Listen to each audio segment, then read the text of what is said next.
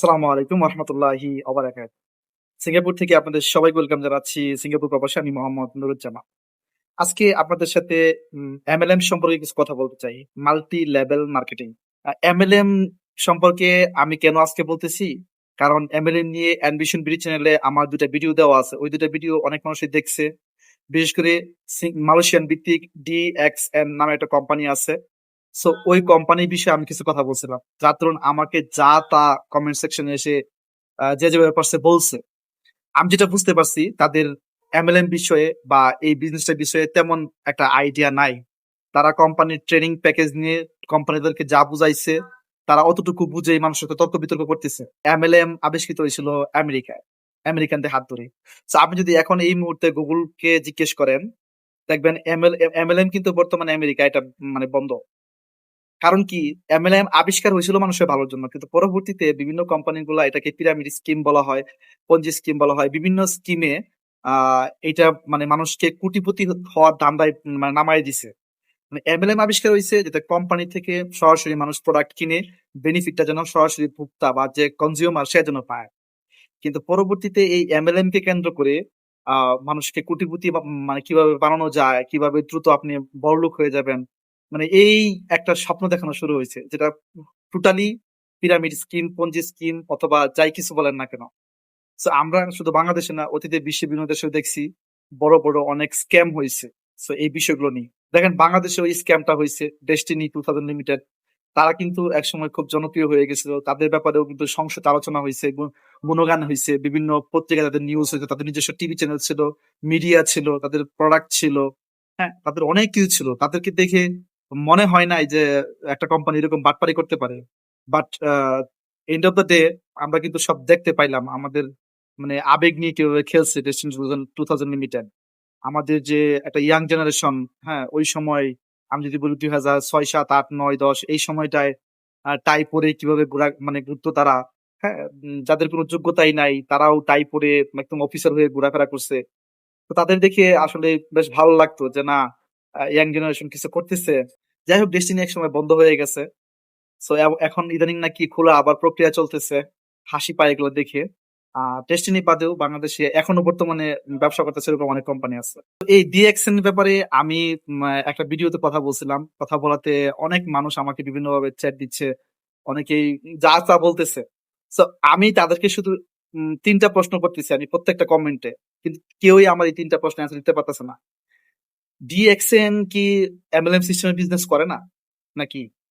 আপনারা যদি আমাকে বুঝাইতে আসেন তাহলে আমাকে এই প্রশ্নের ১ম উত্তর দেন। ডিএক্সএন কি এমএলএম সিস্টেমে ব্যবসা করে না? ডিএক্সএন কি এখানে সরাসরি কনজিউমার বা ভোক্তা যদি এনে দেওয়া যায়, তাহলে এখান থেকে কি কমিশন সিস্টেমের ব্যবসাটা হয় না? তারপরে ডিএক্সএন এ আপনারা যারা মানে প্রফিট শেয়ারের কথা বলে মানে গ্রুপ ওয়াইজ কাজ করেন, তারা কি স্বপ্ন দেখান না মানুষদেরকে?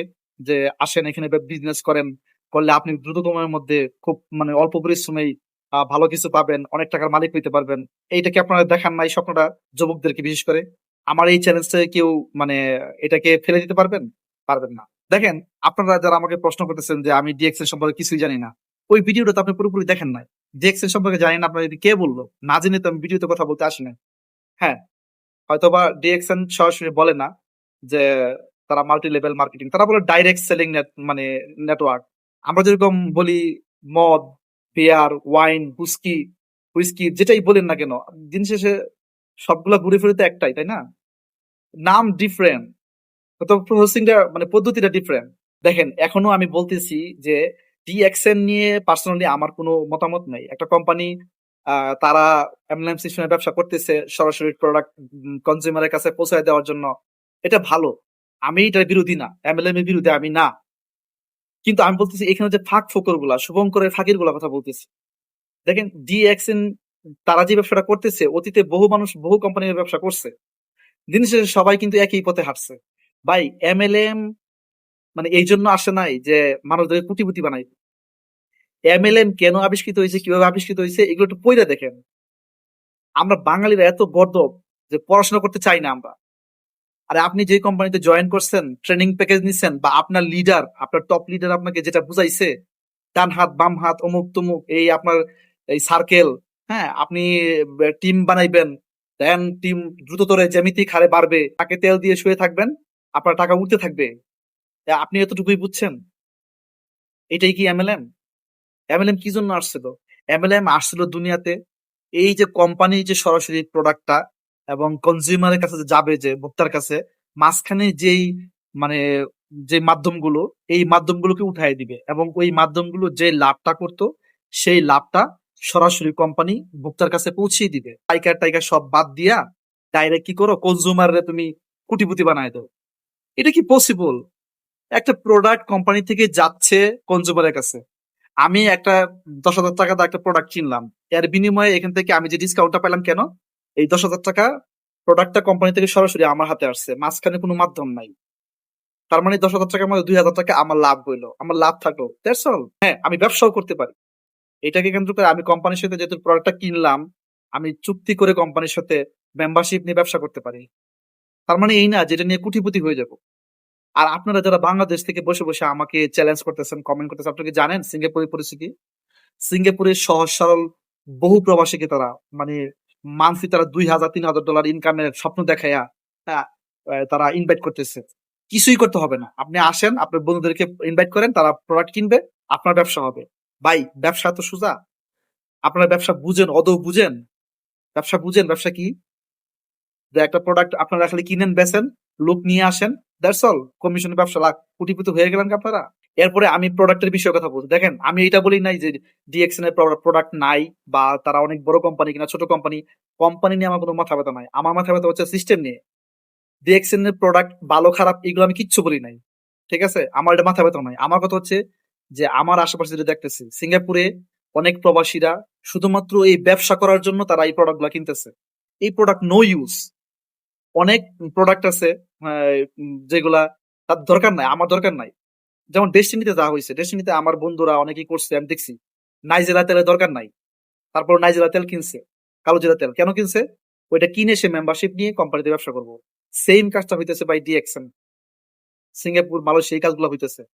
একটা প্রবাসীর প্রোডাক্টের দরকার নাই, এরপরও সে প্রোডাক্ট কিনতেছে, কসমেটিক্স বা আরো হেলথ জাতীয় মানে সাপ্লিমেন্ট ফুড, হ্যাঁ, হেলথ প্রোডাক্ট এগুলো আছে, সেগুলো কিনতেছে কেন? সেগুলো কিনে এখানে জয়েন করব, জয়েন হয়ে তারপরে ব্যবসা করবো। ভাই, এটা এটা কি ফাইজলামি? এই জন্য এই এমএলএম দুনিয়াতে আসছিল। এইটা ডাইরেক্ট সেলিং নেটওয়ার্কের সিস্টেম। এটা কোম্পানির উদ্দেশ্য। আমাকে যা ইচ্ছে তাই থ্রেট দিচ্ছেন, এই হইছে সেই হইছে আমাকে দেখাচ্ছেন। আর ভাই, অন্য মানুষকে বলার আগে নিজের দিকে তাকান। আমি প্রথম ব্যক্তি না যে এগুলো নিয়ে কথা বলতেছি, বাংলাদেশে বহু মানুষ অলরেডি ডিএক্সি নিয়ে কথা, আপনাদের সেগুলো চোখে পড়ছে কিনা আমি জানি না। আর বাংলাদেশে একজন আলেম দেখান, প্রসিদ্ধ আলেম, যারা এমএলএম বিজনেসটাকে সাপোর্ট করে। ভাই, ডেস্টিনির সময়ও বহু আলেম ডেস্টিনির পকেটে ভরে রাখছিল, 200-300 আলেম নিয়ে ঘুরতো, ডেস্টিনির অফিসে বড় বড় হাদিস রেফারেন্স দিত তারা তাদের ব্যবসার পক্ষে। কিন্তু কোন প্রসিদ্ধ আলেম কি ডেস্টিনি করছে? কোন প্রসিদ্ধ আলেম কি ডেস্টিনির পক্ষে ফতোয়া দিছে? আপনি আমাকে দেখান বাংলাদেশকে দিয়ে সারা বিশ্বের মধ্যে এমন একজন আলেম দেখান যারা এমএলএম কে মানে সাপোর্ট করছে। দেখাতে পারবেন না তো? অযথা তর্ক করতে আইসেন না, ঠিক আছে? বাজে মন্তব্য করার আগে ভিডিওগুলো ভালোভাবে দেখেন, বুঝার চেষ্টা করেন আমি কি বলতে চাইছি। আমি আবারও বলতেছি, ডিএক্সএন কোম্পানি সম্পর্কে আমার কোনো মাথা ব্যথা নাই, এমএলএম সম্পর্কে আমার কোনো খারাপ মন্তব্য নাই। বাট এমএলএম কে কেন্দ্র করে, ডিএক্সএন কোম্পানি কেন্দ্র করে আমরা যা করতেছি দেশে বিদেশে, আমরা যেভাবে ব্যবসার রোল মডেল দাঁড় করাইছি, হ্যাঁ, হয়তো বা রোল মডেল গুলা, পলিসি গুলা একটা নাম দিচ্ছে অন্যরকম, কিন্তু ঘুরে ফিরে সেই এমএলএম, মাল্টি লেভেল মার্কেটিং, এই রোল মডেল একটা বাটপারি, সোজা কথা একটা বাটপারি রোল মডেল। এটা মানুষের কাছ থেকে টাকা মেরে খাওয়ার একটা সিস্টেম, আর কিছু না। যেই ব্যক্তির প্রোডাক্টের দরকার আছে ওই ব্যক্তির কাছে আপনারা সেল করেন। কেন মানুষকে বিজনেসের স্বপ্ন দেখে প্রোডাক্ট সেল করতেছেন অযথা? কেন মানুষ শুধুমাত্র ব্যবসা করার জন্য প্রোডাক্ট গুলা কিনবে? আশা করি বুঝতে পারছেন। আমার সাথে আপনাদের কোনো পার্সোনাল শত্রুতা নাই, বা ডিএক্সএন কোম্পানির সাথেও আমার কোনো লেনদেন নাই, কোনো শত্রুতা নাই। আমি যা দেখছি তাই বলছি, এবং আমি যতটুকু পড়াশোনা করছি, আমি আবারও বলতেছি, আমি কিন্তু পড়াশোনা করছি, এমএলএম নিয়ে আমার যথেষ্ট পড়াশোনা আছে। সো অযথা বকবক করতে আইসেন না। আমি আপনাদের মতো কোম্পানির ট্রেনিং প্যাকেজ নিয়ে তারপরে এই লিডাররা যা বলছে, হ্যাঁ, আর এই যা মোটিভেশন স্টোরি শুনাইছে ওগুলাই মুখস্থ করে আইসা তত মানুষের সামনে বলতে তা না।